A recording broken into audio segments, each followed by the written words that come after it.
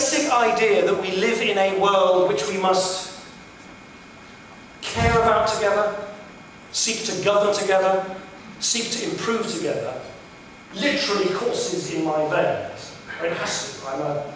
I'm a Mongol. My father's half Russian, my mother's Dutch. Our children have been brought up bilingually. Miriam is Spanish. I was lucky enough to spend a lot of time working abroad before I went into politics. I spent some years managing development aid projects in some of the poorest countries in Central Asia, Uzbekistan, Turkmenistan.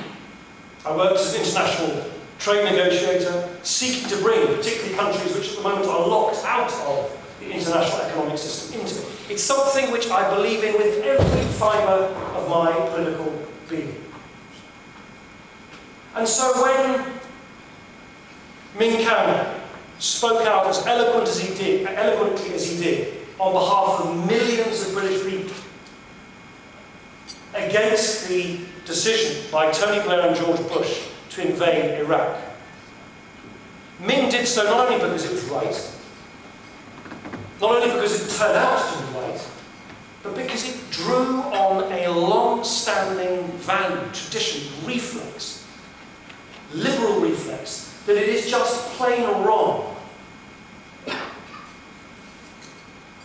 when might is exercised over right, when international law and international institutions are cast aside. Why? Because if you have no rules, if the biggest, toughest, most well-armed nation can do what it likes with impunity, it will always be the weak that will suffer, because there will be no longer any rules which constrain the powerful from doing what they like. When I spoke out as the only party leader to do so, as the television pictures of unimaginable suffering flickered on our television screens, as the Israeli armed forces launched a disproportionate attack in Gaza, it wasn't popular. By golly, it wasn't. You should see some of the vitriol that I received in response to that. But again, I spoke out because it was right, and because we, the Liberal Democrats, will not stand aside when unimaginable human suffering is taking place, and when the actions of powerful governments, in our view, do nothing to promote the ambition of coexistence, peaceful coexistence, that all of us in this room, and many people beyond, wish to see. And it is, to me, a source of immense anxiety to read the recent news from the Middle East. Continued humanitarian suffering for the families, communities, and particularly young children in Gaza. Despite all the hope that the political logjam would be changed, such great frustration in Ramallah that President Abbas has now said that he's going to stand down. Pressure from Washington, welcome pressure, or so it seemed some weeks ago, to stop the illegal expansion of settlements in the occupied territories, and yet that somehow still seems to continue. The political pressure is not being brought to bear. A division within the Palestinian community itself, between Fatah and Hamas, which many people know better than I do, still does not seem to be healed. These things are concerns for everybody who cares for a stable, peaceful, prosperous world. Because we all know that without justice in that crucible of conflict, it will be impossible to seek peace and stability in so many other parts of the world as well. So again, however difficult it sometimes is, however controversial it sometimes is, the Liberal Democrats will continue to speak out. And finally,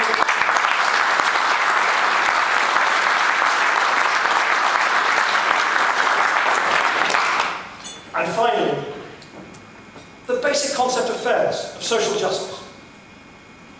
In my view, one of the greatest crises we face in the United Kingdom, and there are a lot of them. The economic crisis, the financial crisis, the environmental crisis, the political crisis, as people look on with absolute anger and dismay at the discredited Parliament that once was the mother-in-law Parliament in Westminster in the wake of the expenses scandal. But in my view, one of the greatest crises of all that we face is that we now live in a country, the fourth richest nation in the world, where nonetheless, if you are a child born to a poor family, if you so happen to find yourself born into a community on the wrong side of the tracks,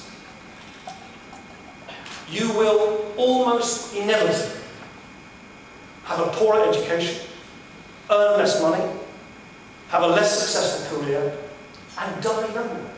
I am an MP in Sheffield, one of our great cities. In my city of Sheffield today, a child born in the poorest neighbourhood of Sheffield today, in 2009, will on average die a full 14 years before a child born in the more affluent neighbourhood 4 or 5 miles down the road. And nothing that has been done over the last decade has really narrowed that gap. And I find that offensive as a liberal. Because it seems to me the philosophical, ideological starting point of liberalism is the sovereignty of every single child.